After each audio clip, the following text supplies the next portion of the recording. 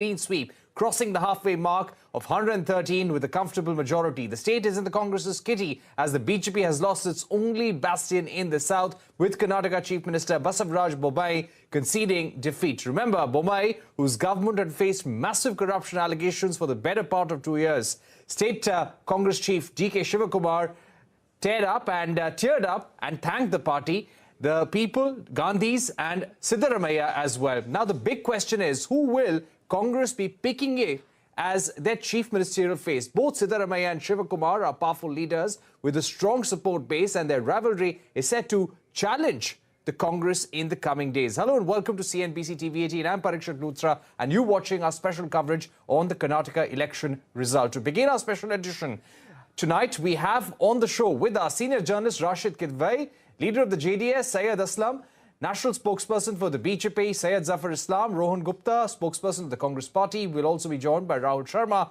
resident political analyst, DP Satish of Network 18, lawyer and member of Bangalore Political Action Committee, N. Harish, and also Richard Rosso of Centre for Strategic and International Studies will be joining us shortly.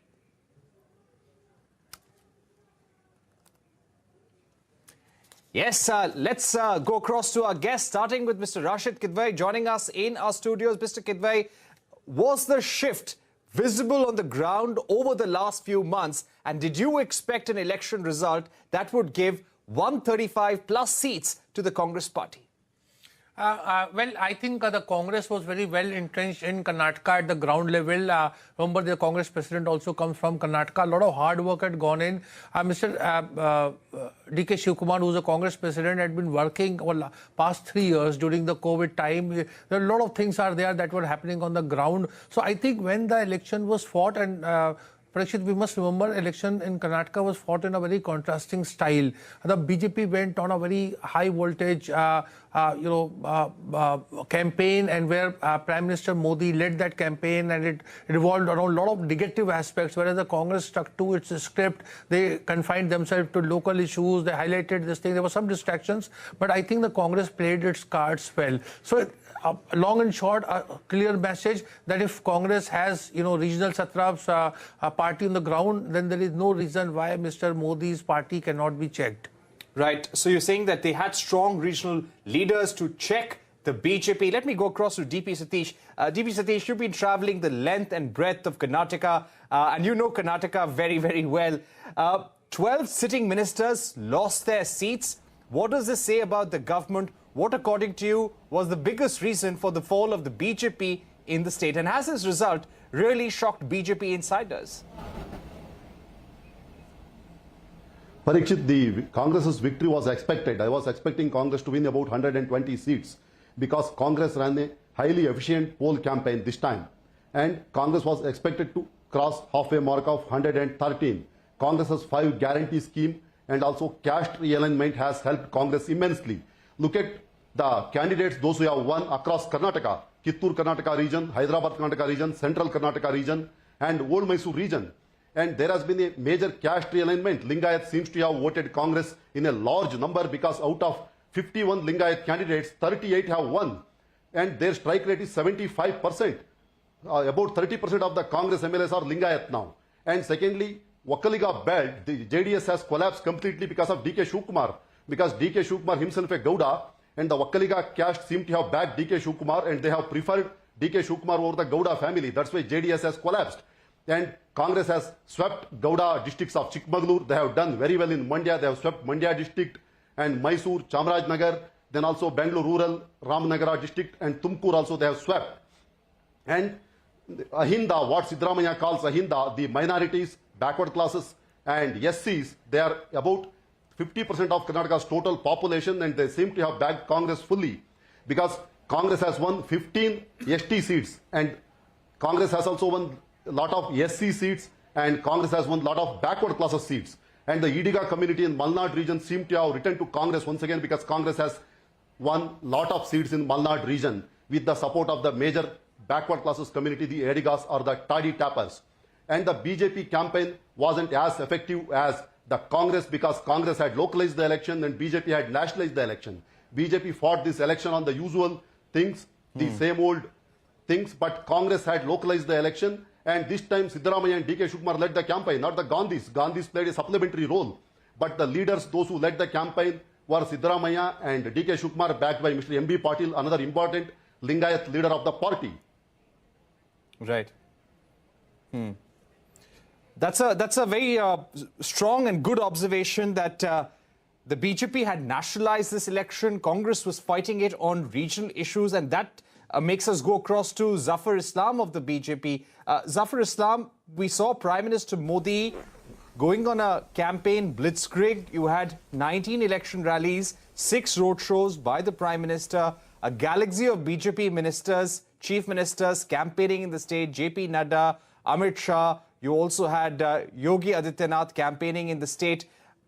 What went wrong for the BJP, and how will the BJP now go back to the drawing board? Well, the result is out.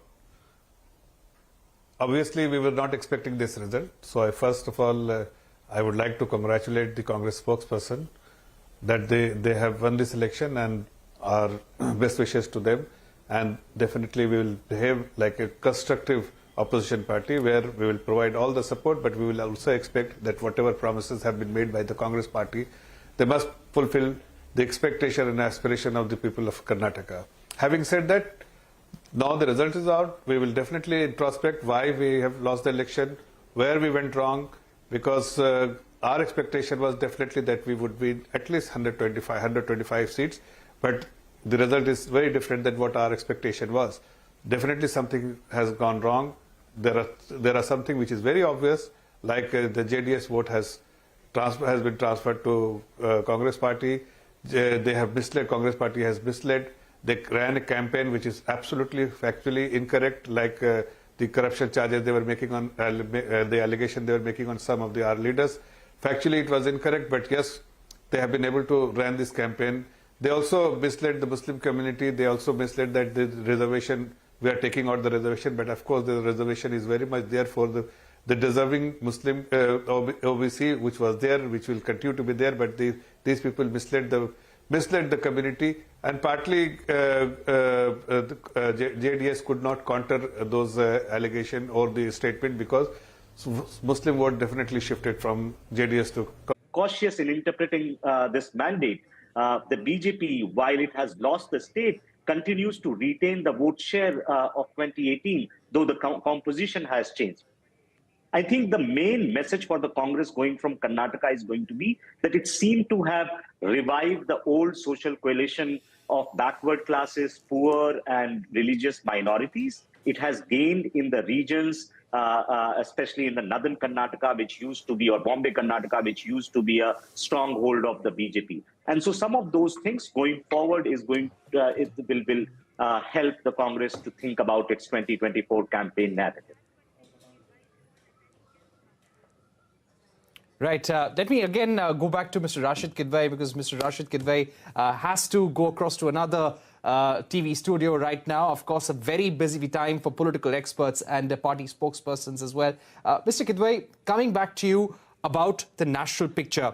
You had the JDS saying a short while back that they had been campaigning across the state, but somehow they could not capture the imagination of the voter. Does this really have any impact as far as the national picture goes, opposition unity goes, or should we be very careful in assessing this impact as a local election on local issues? I think it's a combination of all this, but we must also remember that Karnataka, in BJP had 24 Lok Sabha MPs from Karnataka. If there is a shortfall of, 15 Lok Sabha seats, the BJP is not going to get it from any other state. There are political situation in Maharashtra, political situation in Bihar, political situation in Bengal and Karnataka. These 4 states have a potential to reduce the BJP's current strength by 50 to 60 Lok Sabha seats. This is huge, actually, prediction. Where is BJP going to get these numbers? So these are the challenges the BJP has to find its way, but I think it's simplistic way to say that no, the state elections are different and parliamentary elections are different. A mandate of this nature is very significant. Yes, it is 135 plus seats, and it's a significant victory for the Congress party, almost 57 seats up from the last election result. Mr. Kidwai, thank you once again for being with us here on CNBC TV18. Let me go across to N. Harish of the Bangalore Political Action Committee. N. Harish, thank you very much for joining us on CNBC TV18. Let me begin by asking you, What would the people of Bangalore be wanting from the new government right now? Of course, political stability is one. There were corruption allegations over the last 2 years as far as the BJP government in the state goes. What do you expect now? What is the unfinished agenda where you would want action?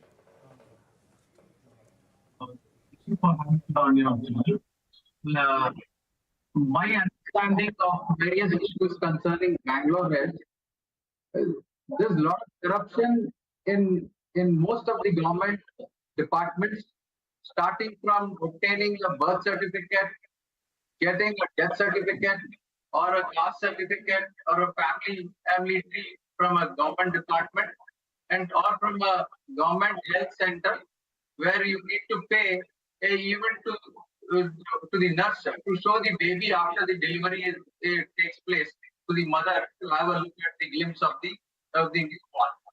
Since corruption has been rampant and across the state, and in general and more particular in Bangalore, because Bangalore generates maximum revenue to the state government, and this is a major issue people are worried about every time. And the other is how do you decongest the roads, traffic congestion. The population of traffic is perhaps in the next 5 years will overtake the population of Bangalore. We have about 96 lakh vehicles in Bangalore with 1.25 crore population in Bangalore. Recently, of course, the government has passed the active mobility bill.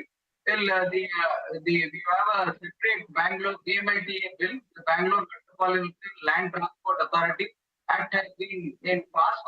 They have to the new government will have to put this authority into action so that they will be able to find solution to traffic congestion and provide a last mile connectivity, and also monitor and supervise various transport operators, including the Uber, Ola, auto rickshaws, the private transport, the metro, and the BMTC in Bangalore. The corruption in the sub-registrar's office has been rampant. Of course, the outgoing government has floated a scheme which is supposed to come into action from June 1st, where there will be online registration of property registration in all the sub-registrar's office. We should wait and see how the new government is going to take forward this particular new scheme which the outgoing government had announced. This is a major issue in Bangalore. As far as Bangalore electorate is concerned, and there has been not much of a difference in the total number of MLAs who have been elected, because out of the 32 seats of Greater Bangalore, now it is the level it is equalized that both Congress and the BJP have got 16 seats each. We should wait and see how the new government. JDS had announced a separate Bangalore manifesto. Similarly, BJP also, and Congress also has incorporated some of the various aspects covering Bangalore specific issues. Because you need to see that there is the Apartment Ownership Act, which is an archaic act of 1972, which at times conflicts with the RERA of the RERA Act in our state. This needs to be amended, and otherwise, mushrooming of apartments which are facing problem in setting up associations, and also ensuring that the various amenities are monitored in the right spirit as per the bylaws of various associations, which are conflicting with the various We're going to come back to you, Mr. Harish. Thank you so much. We have to take a short break. We have to take a short break. Let's also listen in to what Mallikarjun Kharge, the president of the Congress party, had to say about the Congress victory. We're going to take a break with that statement. We'll be right back. Don't go anywhere. Our special guest, our special analysis continues. आज का चुनाव और आज का जीत ये जनता का जीत है, और जनता ने हमको जिताया है, और जनता ने एक भ्रष्ट सरकार को डिफीट दिया है, उनको हराया है। लेकिन हमको आगे बहुत कुछ करना है। जो वायदे हमने निभाए वायदे हमको निभाना है वो हम निभाएंगे। मुझे बड़ी खुशी होती है कि ये जो कलेक्टिव लीडरशिप में हमने इलेक्शन लड़ा और इसको फल मिला।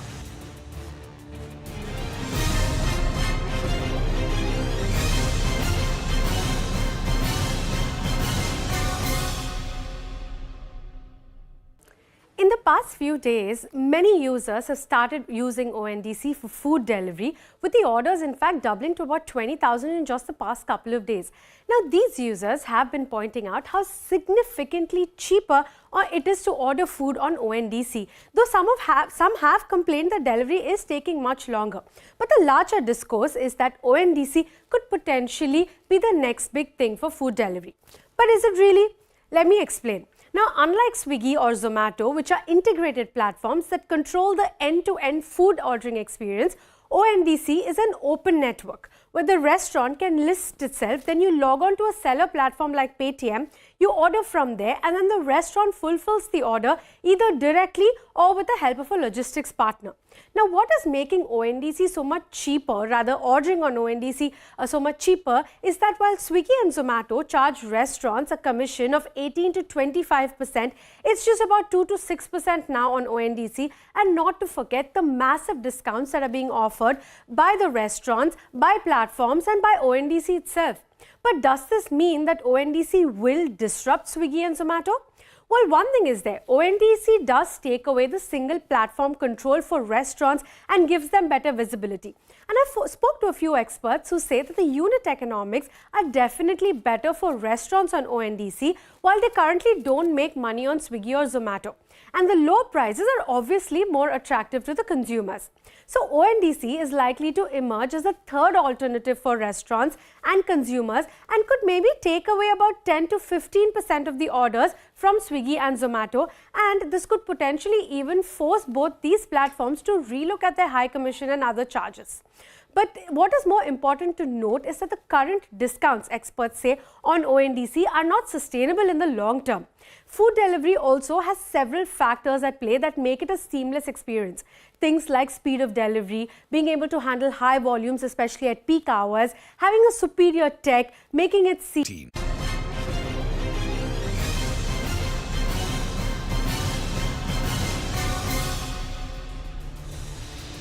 Welcome back to our special coverage of the Karnataka election verdict. All our guests are still with us. Let me introduce Richard Rosso of CSIS. He's joining us right now all the way from Washington, D.C. Richard, you're a very close observer of the Indian government, Indian reforms over the last 20 years or so. How do you see the Karnataka election? This is a state which has given rise to many startups, many unicorns.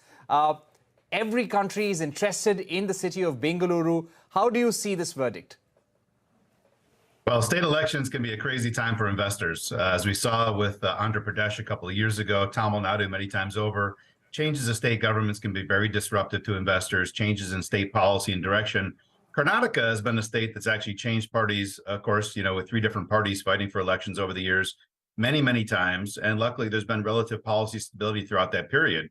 So if you look at the state's economic growth and you look at the level of investments, the state has been a leader in economic growth, per capita economic growth, attracting investments, not just in services, but more recently manufacturing. I just hope that as Congress takes the reins, as we see a new chief minister come to office, they maintain that stability that we've seen in other transitions, critical for the state's growth. Right. So you hope that there will be political stability, and that is what investors really want. Rahul Varma Yatra had an influence as far as the Karnataka result really goes, and that somehow gives Rahul Gandhi more credibility for what he has done with that Yatra? Parikshit, it would be hard to make statistical calculations and figure out what was the exact impact of Bharat Jodo Yatra has been. But of course, something like this, of a scale which Rahul Gandhi took for the Congress party and basically traveled across the country, is definitely going to help the party. The Congress party before the Bharat Jodo Yatra was in crisis. And in some ways, there was allegation that nothing is happening in the party, no mobilization on the ground is taking place and all of those things. So in that atmosphere, a leader taking yatra from the one tip of India to the other tip of India, has definitely galvanized the party. And in some ways, this is their first major state victory after Bharat Jodo Yatra, which concluded in January this year. So, of course, there is going to be some sort of like credit that will be given to Rahul Gandhi and national leadership. But the Karnataka victory of the Congress party is largely built on a campaign which was much more local, a party organization in the state which is formidable, and local leadership which is popular. This is not to deny any credit to the national leadership of the Congress party, but this victory in some ways, one, is made up of the local factors, but and not just of the Congress party, but also the state BJP and its government, which ran a very average sort of like government in that sense. And so the flip side is also true. This in some ways should not also be read as a verdict on the national level BJP government, right? Of course, they should share a part of the blame for the losses of BJP in the state. But it's in no way indication of what's going to come in 2024, not just nationally, but also in Karnataka. Right. Zafar Islam, would you admit that the BJP's campaign in the state of Karnataka did not work? They did not choose the right issues, and the attempt to nationalize this election did not really work on the ground? Well, the fact that something has not worked for us is so apparent. That's why we have lost the election. And we will definitely be able to pinpoint those issues or shortcomings once we do introspection and analyze the election result. Having said that, there are certain things which, as I said earlier in this, that there are certain things which is very, very obvious, and there are something which I think we will introspect and find out what went wrong and what is the course correction. But it is not a referendum on anything like Congress party is claiming. It is a state election based on state issues, based on the local issues, and based on the local leaders. Definitely every political party use their, if the Pan-India party definitely will use their senior leaders, and we have also used the senior leaders. But the outcome is based on three things which as of now I feel. One, the campaign Congress party is the entire campaign was communalized by the Congress party, and it was full of lies they were spreading. So as a result, they have been the beneficiary of Muslim vote getting transferred from JDS to Congress party. They have been able to succeed purely because of the campaign, the narratives and the communal campaign they had ran. Away from that, I'm sure that some of our strategies has not worked on the ground.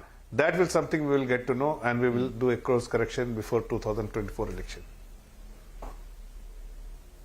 All right, let me go across to DP Satish once again. DP Satish, as some of our panelists were also pointing out, that somehow the BJP workers on the state had given up 20 to 25 days back. Why did that happen?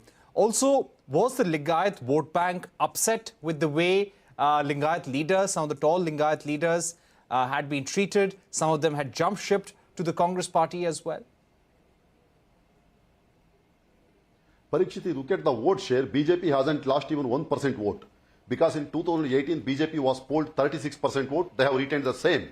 What has happened is, in Old Mysore region, which is a Gowda stronghold, the JDS stronghold, JDS has lost about 8% votes. And these votes have been transferred to Congress. And Congress has won a lot of seats from this region. And Congress could sweep Mumbai Karnataka region, or what is now known as Kittur Karnataka region, which is a Lingayat stronghold, only because BJP has lost 4% votes in Kittur Karnataka region. Because these 4% votes may be Lingayat vote, those votes have been shifted from BJP to Congress. That's why Congress could win so many seats from that region. And how did BJP retain its 36%? Because BJP gained 6% votes in Bengaluru region. But these 6% votes haven't been translated into seats for BJP. That's why BJP has lost about 40 seats, because if you take 2018 data, BJP won 104 seats, and this time they have won 65, which means they have lost 39 seats. but they have retained the same vote share because of this. And we can easily conclude that it was a closely fought election in which Congress has won impressively. And Congress victory is impressive because of this, because it was a closely fought election. Because BJP hasn't lost its vote share. It has retained the same vote share of 36%. And I don't think BJP workers had given up. Right. Because BJP workers had campaigned actively across the Karnataka. Okay. And they campaigned in every assembly seat. All right. So you're saying that this was majorly a result of JDS losing its vote share to the Congress party, something that Rashid Kidwai had also noted at the start of this discussion. But Rohan, if I can come to you right now, what would the Congress now like to replicate in the remaining assembly elections this year? You've got elections in Chhattisgarh, you've got elections in Madhya Pradesh, Rajasthan as well.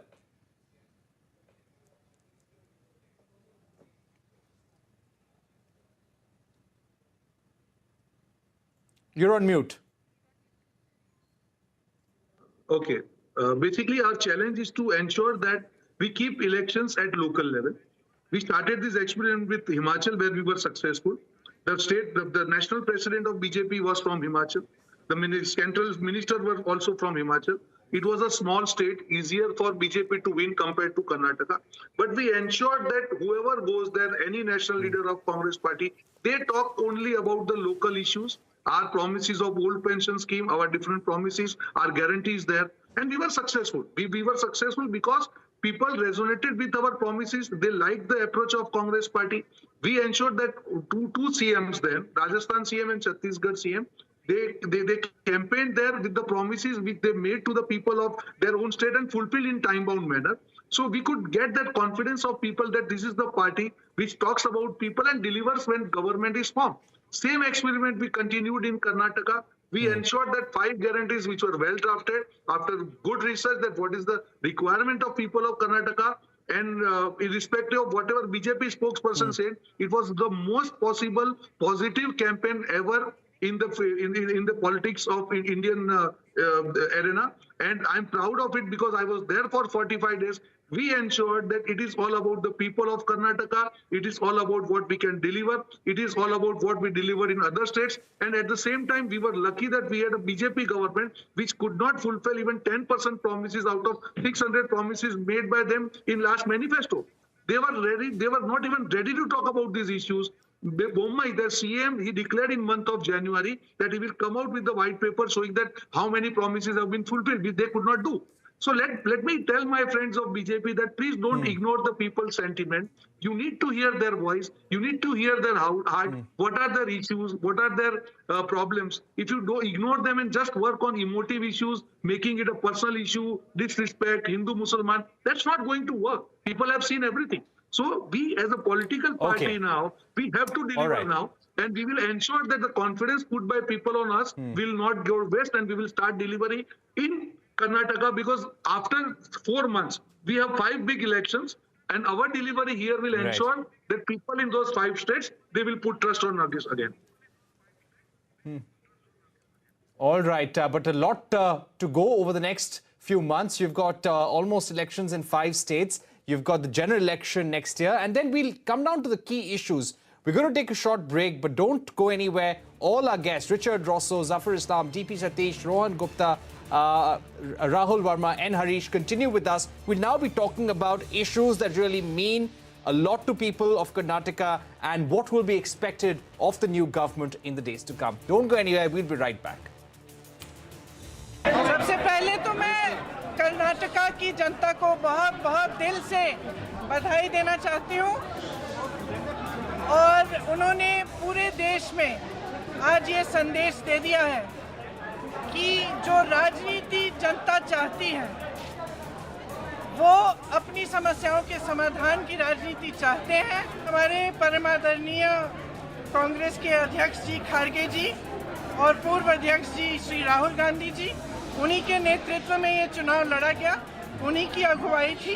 Bharat जोड़ो यात्रा में राहुल गांधी जी ने जो कर्नाटका से यात्रा निकाली, उसमें जो 91 शायद या 91 से विधानसभा थी, उनमें से 75% जीती गई है कांग्रेस द्वारा। कांग्रेस अध्यक्ष जी ने मन बनाया कि कांग्रेस को जिताना ही है। 1 महीने से वे कर्नाटका में रहे, उन्हीं के नेतृत्व में पूरा संचालन हुआ।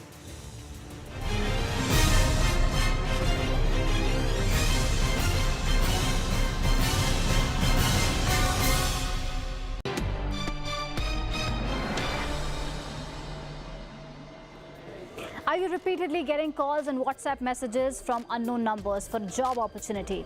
Is WhatsApp using your microphone and listening to conversations without your consent? This is our cover story on CNBC TV Newsreel. We'll also talk about the absolute mayhem that's unfolding in Pakistan. Hi, I'm Archana Solanki. Let's get started. Concerns over WhatsApp privacy have once again grown after a Twitter engineer claimed that WhatsApp has been using the microphone in the background while he was asleep, calling it an unacceptable breach.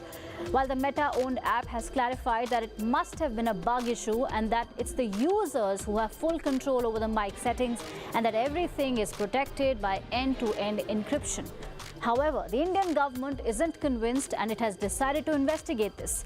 Another concern regarding WhatsApp is that users in India have reported receiving missed calls from unknown international numbers. Calls, both audio and video, often originate from countries like Malaysia, Kenya, Vietnam, Ethiopia. WhatsApp has advised users to immediately block and report suspicious accounts so that required action can be taken. Moving on. Days after reports of lithium reserves being discovered in Rajasthan, the Geological Survey of India has termed them as baseless and misleading. The GSI confirmed that it's carrying out exploration for lithium and associated rare metals mineralization in Rajasthan's Degana area, adding that resources will be established only after completion of the drilling work and finalization of the report. Tracking the big story, in a major relief for Go First, the company law tribunal has admitted the cash-strapped airline's voluntary insolvency plea and has granted it protection from recoveries by lenders and lessors. The earlier management of the airline now stands suspended. However, the NCLT has directed that none of the employees are to be laid off. All flights have been cancelled till May 19th. Meanwhile, months after the Supreme Court formed a 5-member expert panel to look into the charges leveled by Hindenburg against the Adani Group, a report has been submitted in a sealed cover before the Supreme Court. The matter has been listed for hearing before CJI D.Y. Chandrachud on May 12th. As per reports, the Apex Court will also hear SEBI's plea seeking a 6-month extension to complete the probe into the matter. In a first, the transport of blood or blood-related products may soon happen via drones in India. ICMR has confirmed that the experiments have been taking place and one such sample was transported by iDrone.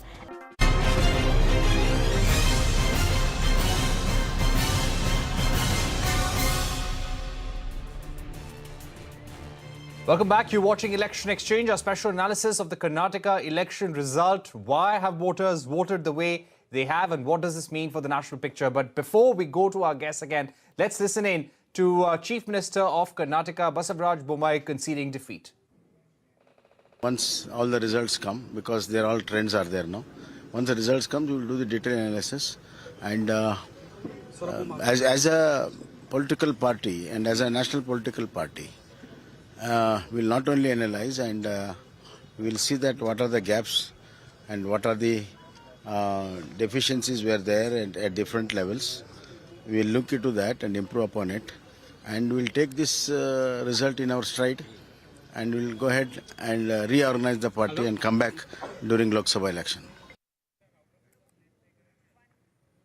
All right, that was the Chief Minister of Karnataka conceding defeat. Let me go across to Richard Rosso of CSIS.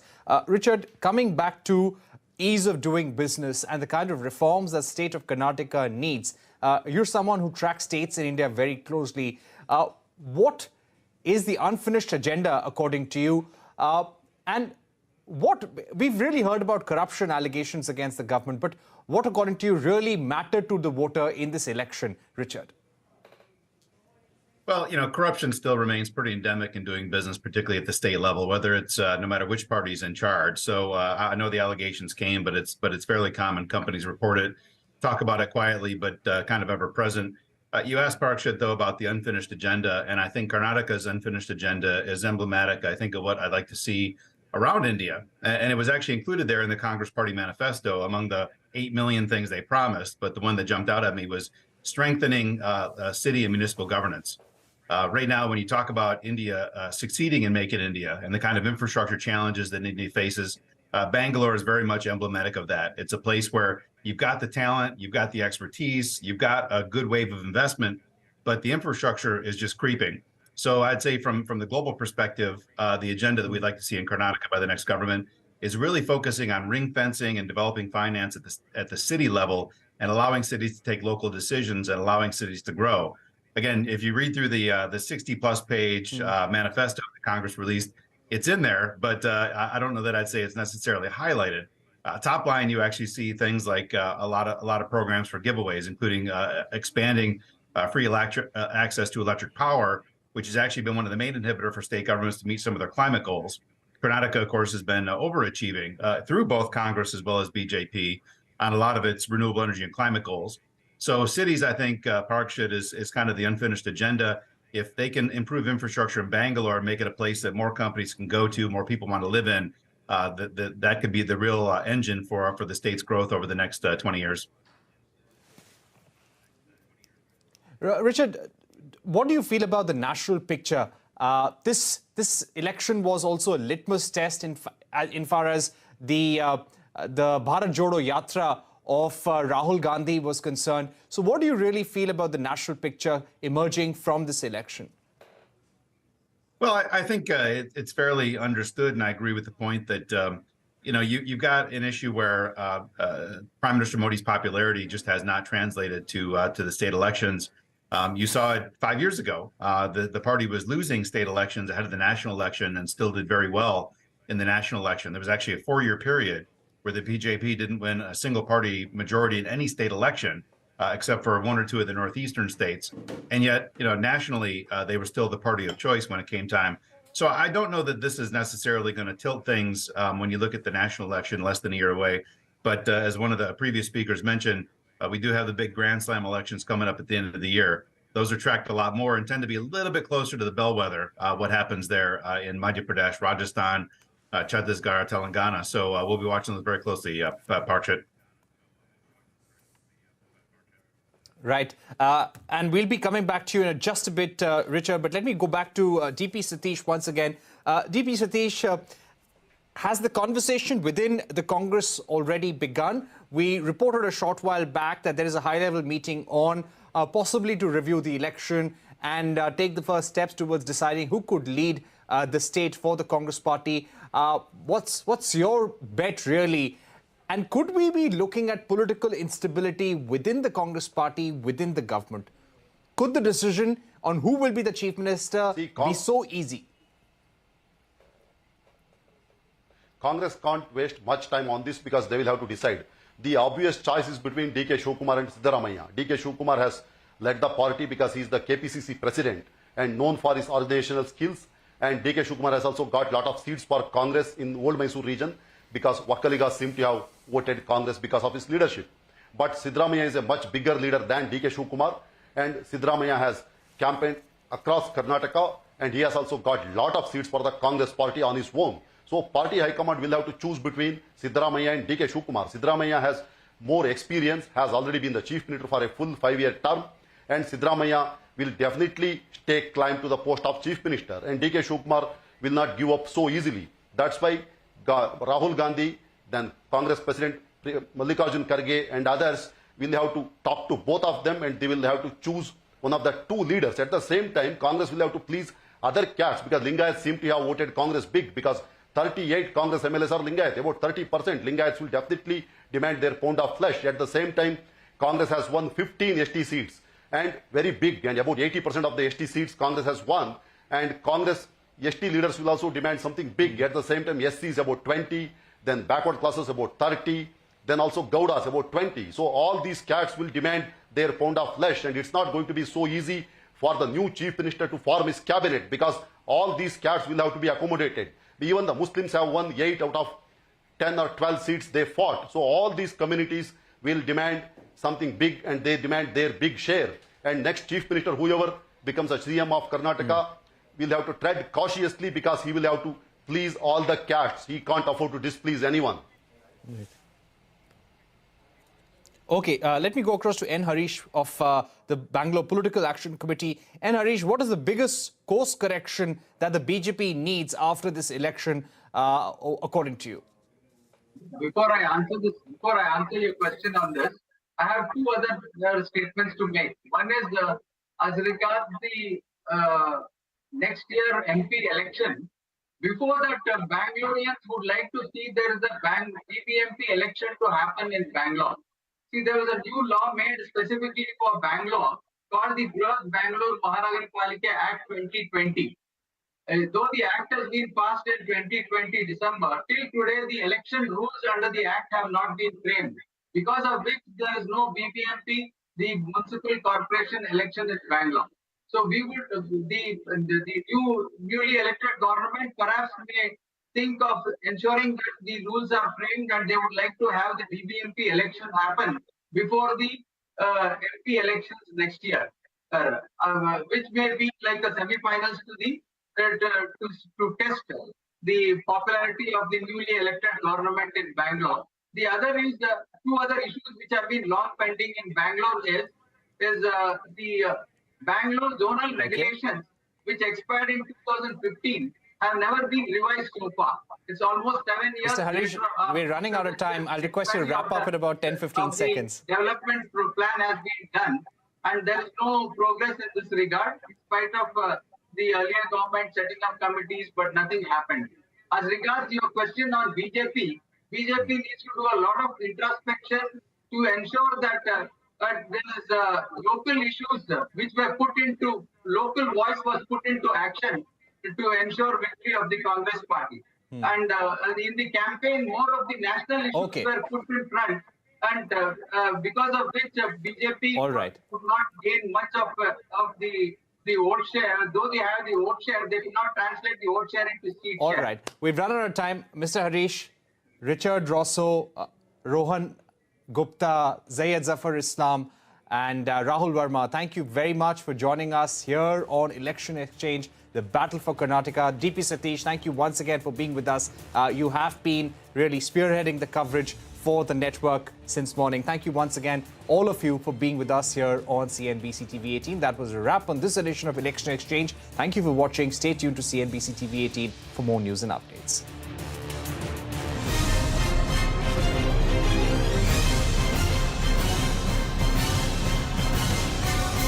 Welcome to Mumbai. I know you spent some time in Mumbai earlier. As you look at the economics and politics, one of the regions which has benefited significantly after COVID and particularly after Russia-Ukraine is the Middle East. Is the Middle East. And India has brilliantly built its relationship politically and economically with UAE, Saudi Arabia, and many other parts of the Middle East. Middle East itself is changing. Israel, UAE, friendship, or even Iran now talking to Saudi Arabia and things getting better. It's becoming the new power. How do you see, from an economic point of view, they're becoming much larger investors into India as well? How do you see India, Middle East, energy, politics, and of course, investments from them into India? Well, I trust Mr. Uday Kotak to draw attention to what I believe, not just because you've asked this question, but I genuinely believe that what is happening in the Middle East in terms of overall geopolitics is something truly fascinating. You mentioned the big things. Let me start with the small things. You know, when the civil war in Syria took place, you know, and the growth or the birth and the growth of ISIS took place, Iraq, Syria.